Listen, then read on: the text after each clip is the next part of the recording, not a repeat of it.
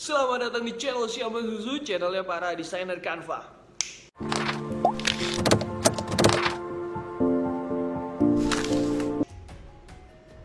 Oke, kali ini gue bakal bahas hal yang menarik untuk dibahas sebenarnya.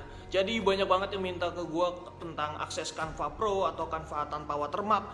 Itu sebenarnya gue nggak mau kasih ya, karena itu sama aja pembajakan kan. Dan kalau gue memberikan akses pembajakan ke kalian, itu sama aja kalian nggak mendukung berkembangnya suatu platform seperti ya aplikasi desain yang lain lah.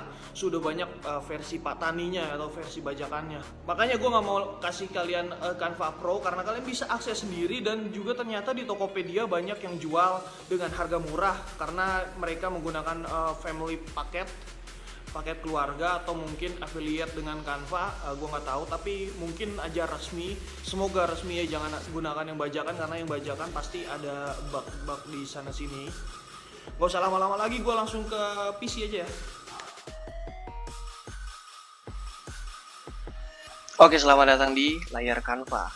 Ini kita ada di penjelasan dari Canva Pro.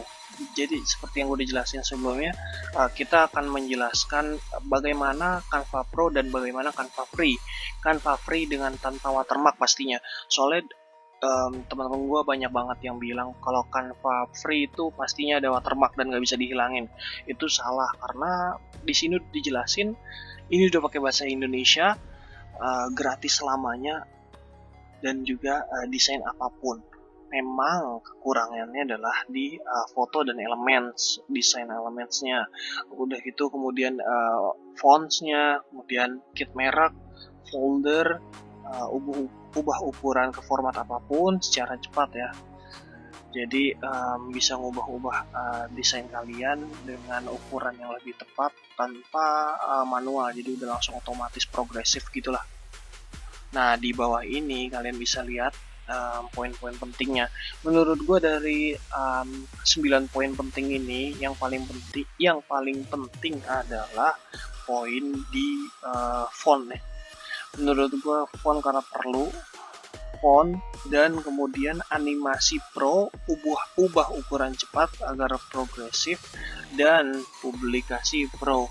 Jadi buat kalian yang mungkin sudah profesional, ini penting banget karena bisa mempercepat tugas kalian dan juga membuat pekerjaan kalian lebih profesional. Udah gitu, kemudian kalau kalian punya folder pro juga itu bagus buat mengatur project-project kalian yang sudah kalian kerjakan.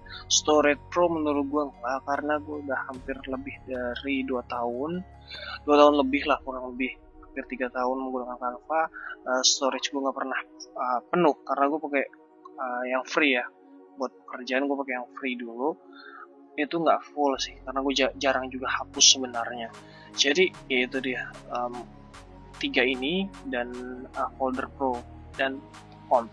Jadi 4 ini mungkin nggak berguna menurut gue, nggak terlalu berguna ya. Berguna pasti berguna, tapi tidak berguna ini buat gue pribadi. Tapi kalau buat kalian yang lebih profesional, enggak, gue perlu semuanya. Bagus kalian menggunakan Canva Pro, dukung Canva agar jadi lebih baik lagi. Oke, kita cari tahu di sini. Kita cari tahu gimana cara membedakan Canva Pro dengan Canva Free. Bagaimana cara mengetahui kita menggunakan Canva Free, bagaimana mencari mengetahui itu desain kita ada watermark atau enggak.